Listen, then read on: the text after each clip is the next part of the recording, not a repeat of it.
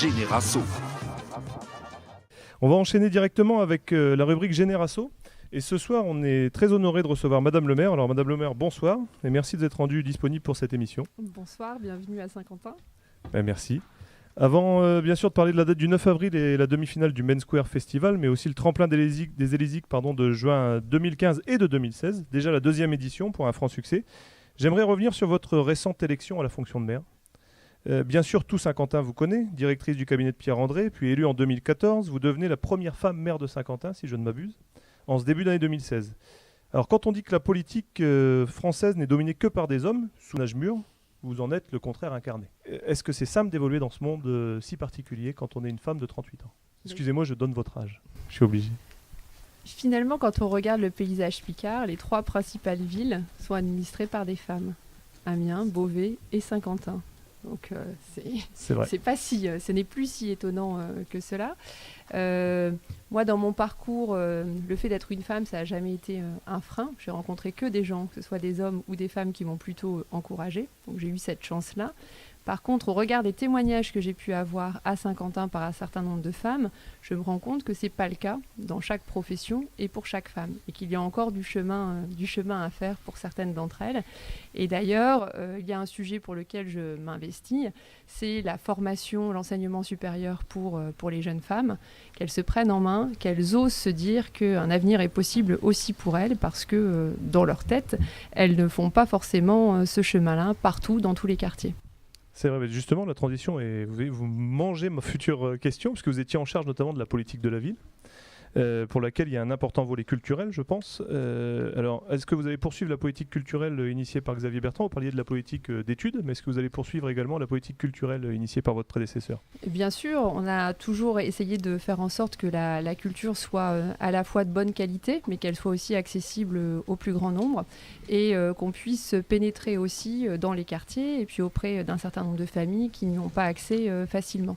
Donc la culture, oui, on poursuit avec l'ensemble des acteurs et aussi par les actions qui sont mises en place en direct par la ville dans tous les domaines. Et il y a beaucoup de choses à faire sur le plan culturel.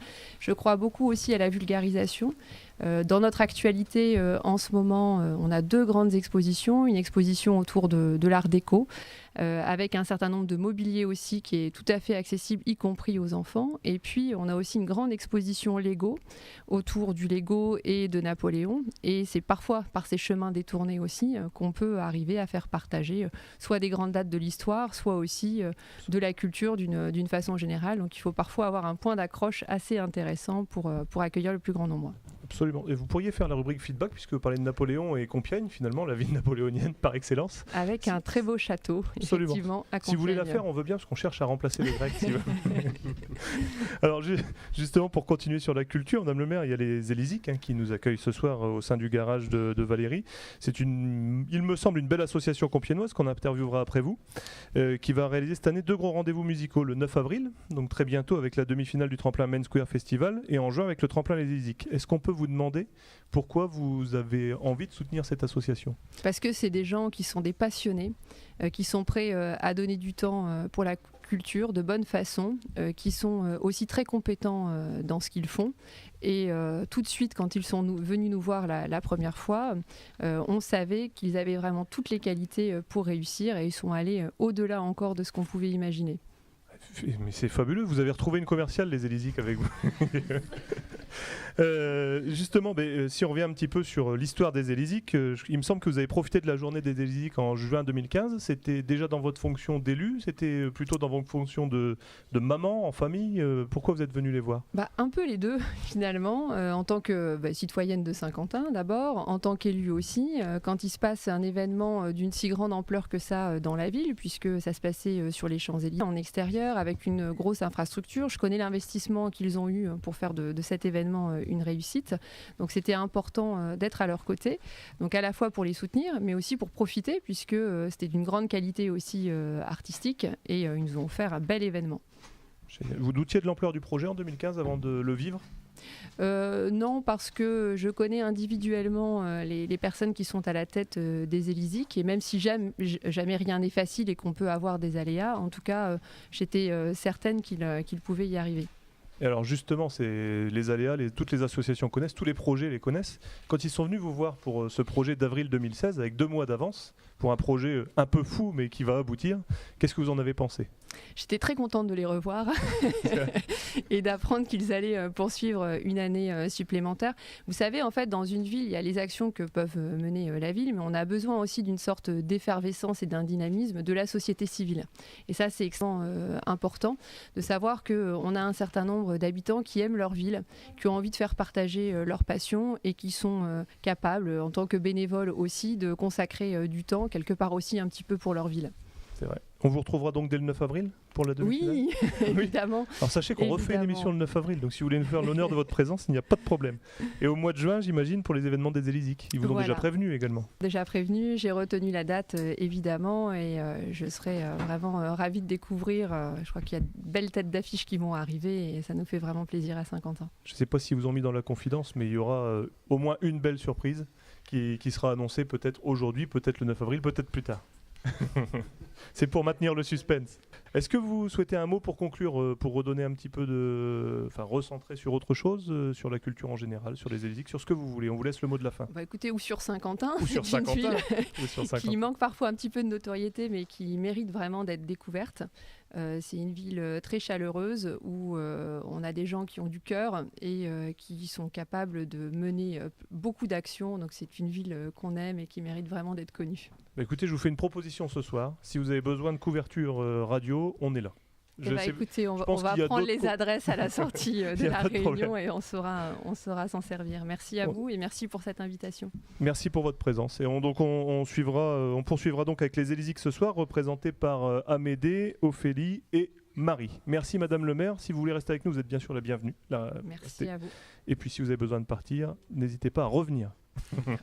À très bientôt. Merci, au revoir. Alors, Amédée, Ophélie et Marie, on a parlé de 2 événements que vous organisiez en 2016. Mais les Élysées, avant tout, c'est quoi ? Qui prend la parole parmi vous 3 ? C'est Amédée qui débute.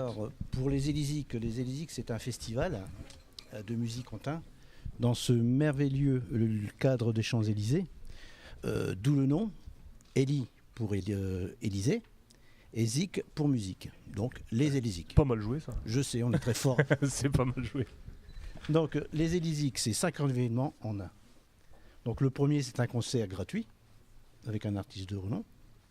Le deuxième, un tremplin de musique. Le troisième, c'est une scène ouverte pour les artistes et musiciens. Pour agrémenter tout ça, donc pour amuser le public et passer une bonne journée aux Champs-Élysées, on organise un marché artisanal et une exposition de motos. Ça de 10h à 24h. Et pour finir, le dimanche 19 juin, au Palais de Fervaques, notre 2e édition du disque vinyle est bourse ou jouets de collection. Donc tout ça aussi de 10h à 18h. Et à l'issue du 19, on va dire une grosse, gigantesque surprise. Non, pas tout fait. Une grosse surprise alors ? Très grosse. Très grosse surprise. Super. Alors, et vous êtes invités, bien sûr. Chers auditeurs, vous ne voyez pas, alors peut-être qu'à ma télé on verra, mais alors Amédée est venu avec des notes, on peut les lire à 4 mètres. Et moi non. Et lui non. C'est fabuleux. C'est la vieillesse. C'est ça. Alors, Amédée, je te remercie pour ces précisions, mais qui fait quoi dans votre association ? Tu as raison, aujourd'hui ma langue fourche. Qui fait quoi dans votre association ? Vous n'êtes que 3 ? Alors non, nous ne sommes pas 3. L'association est née au départ par 3 personnes. Donc Amédée, le El Presidente. Ah, vous en avez un aussi vous en avez un. Est-ce que par contre Amédée est plus performante ? Ouais, c'est ça. Il est responsable de la partie artistique, Marie de la partie com et Fitzgerald de la partie financement. D'accord. Il y a également plus de 70 bénévoles et une dizaine de partenaires. Et grâce à tout ce monde, les Élysées fonctionnent. D'accord, donc ça fait 75 personnes, 80 personnes à peu près de mobilisées ? Un peu plus quand même. Un peu plus, Et moi. Fabuleux. Quand on disait quand Madame le maire disait qu'il y avait besoin de la société civile fédère aussi beaucoup finalement. Ouais. Et c'est utile pour tout ça. Comment vous réussissez justement à fédérer autant dès la première année ? Le tremplin a été un succès. Comment vous expliquez ça ? Tout simplement. Ça change à chaque fois, excusez-moi, du coup j'ai du mal à me concentrer. Il y a 80 bénévoles à faire parler ce soir. C'est ça. On t'avait pas prévenu. En fait, le tremplin, c'est surtout un énorme réseau artistique grâce à Amédée et des réseaux au sein de la musique, au sein du monde de la musique, dans lequel on a fait marcher le bouche à oreille. Et ce qui a amené la première année 85 inscrits pour le tremplin, ce qui représentait 30 départements. Ça nous a même étonnés nous-mêmes. On ne s'attendait pas à voir des gens de Marseille ou de Rennes s'inscrire. Donc ça, c'était la première année. On espère faire aussi fort cette année. Ça a l'air bien parti. Je crois que on approche les 40 inscrits. Là, 42 inscrits aujourd'hui et les inscriptions sont ouvertes depuis le 15 mars. Ah oui. Jusqu'au 30 avril. Et si on fait un feedback sur une année N-1, vous étiez à peu près au même niveau ou il y en a plus à la même date? À mon avis, on est plus là. Ouais. D'accord. D'accord. Alors qu'est-ce qui gagne ceux qui s'inscrivent pour le tremplin? L'année dernière, alors la dotation peut changer chaque D'une année à l'autre. L'année dernière, le groupe qui a gagné, c'est Wayward Birds. T'as un bon accent anglais, on croirait le grec qui parle anglais. T'as vu ça? Et tu m'as pas entendu, moi. C'est mieux qu'Amédée, c'est pour ça. Et l'année dernière, ils ont remporté donc une basse, une guitare électrique, une batterie, du coaching et l'enregistrement d'un EP de 3 titres qui est sorti là dernièrement. Et Un pressage ils ont, de 500. pressage de 500 CD et ils ont, comme tous les groupes qui ont participé l'année dernière, pu utiliser les vidéos de Ma Télé pour faire des vrais clips pro. Super. Ma Télé qui est partenaire aussi ce soir et qui nous offre la partenaire possibilité. en 2015 et qui est partenaire encore 2016. cette année. Magnifique. Magnifique. Alors, les dates importantes à venir, le Main Square le 9 avril et juin 2016 le... Alors, en juin 2016, c'est le samedi 18 juin, toute la journée, jusqu'à minuit. Et le dimanche 19 au Palais de Fervaques, de 10h à 18h. C'était pour voir si tu arrivais à lire les notes d'Amédée. Sans les notes Sans d'Amédée, sans j'y les arrive. Donc la prochaine fois, encore plus gros. Encore plus gros, mais Ça là marche. je pense que même Jules Régis pourra lire. D'accord. Est-ce que vous voulez le mot de la fin? Est-ce que vous voulez rajouter quelque chose? Venez nombreux le 9 avril au Splendide pour écouter 6 groupes en audition pour le Main Square et 2 groupes invités par les Élysiques en ouverture la MIFA et en clôture du concert Nour. Nour qu'on a déjà reçu sur une émission de radio et c'est d'ailleurs là qu'on a fait connaissance. Et qu'on les a découverts. Et puis on a fait connaissance nous aussi quand même, non? Et juste un dernier mot, j'aimerais quand même féliciter tous nos bénévoles qui, sans eux, les Élysiques n'auraient pas la grandeur qu'on a aujourd'hui. Donc encore une fois, merci aux bénévoles. Bien sûr, tu as raison de le préciser. Merci à vous les amis, je le rappelle encore, mais vous pourrez retrouver l'interview avec Madame le maire et les Élysiques sur Big Buzz Radio en podcast, mais surtout likez la page Facebook des Élysiques. Achetez vos places pour le 9 avril, il y en a encore quelques-unes de disponibles. Rappelez-nous comment faire pour prendre les places? Oui. Tout simplement, la billetterie de la ville, rue d'Île, 47 rue d'Île, sur le site internet avec billets web. Et surtout, je tiens à remercier tous les jeunes étudiants ou non de Saint-Quentin qui se sont mobilisés pour faire la promotion de l'événement du 9, puisqu'on a des jeunes de l'EDEC qui ont diffusé nos affiches et nos flyers.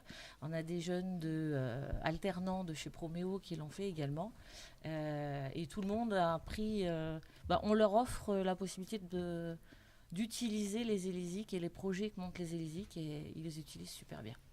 Il y en a ce soir, je crois, dans le public. Il y en a ce soir et ils sont allés jusqu'à, certains n'ayant pas de véhicule, ils sont allés jusqu'à organiser une rando en VTT pour aller mettre des affiches dans les villages autour. C'est génial, en plus à l'heure du développement durable, c'est fabuleux. C'est super. Bon rendez-vous donc le 9 avril. Alors je vous l'annonce aussi puisque ça a été dit en off tout à l'heure, il y aura une émission en direct cette fois des Élysiques. Suivez-nous, suivez la page Facebook des Élysiques parce que comme à notre habitude l'émission sera très participative. Merci à vous monsieur, dames et félicitations pour votre taf. Il faut absolument que le 9 avril le Splendide soit plein à craquer. Et d'ailleurs à ce propos j'ai également eu une information en off puisqu'on n'a pas eu le temps d'entendre une de vos partenaires mais qui nous reçoit ce soir, Valérie Delmotte, qui a une bonne nouvelle pour vous. Valérie, je te laisse la parole. Une surprise, une de plus avec les Élysiques. Je suis heureux de vous offrir 200, j'ai validé l'achat de 200 places et qui sera à disposition des centres socio-culturels de la ville afin que les jeunes puissent en profiter. Donc 200 places. Ça s'applaudit ça quand même, messieurs, dames. Super belle nouvelle, grande nouvelle. Merci pour eux, Valérie. Et puis n'hésitez pas, donc le 9 avril, faites venir votre femme, votre mari, votre maîtresse, votre amant, peu importe, vos enfants, vos grands-parents, même votre belle-mère si vous voulez, votre chien, votre poisson rouge, enfin venez le 9 avril au Splendide de Saint-Quentin, achetez vos places dès ce soir, 5 € pour 5 heures de musique live, 1 € de l'heure. C'est quand même fabuleux pour un concert de cette qualité, c'est du jamais vu. Et puis vous pouvez aussi essayer des places sur Big Buzz Radio ou sur les Élysées, ou tout simplement vous pouvez en acheter.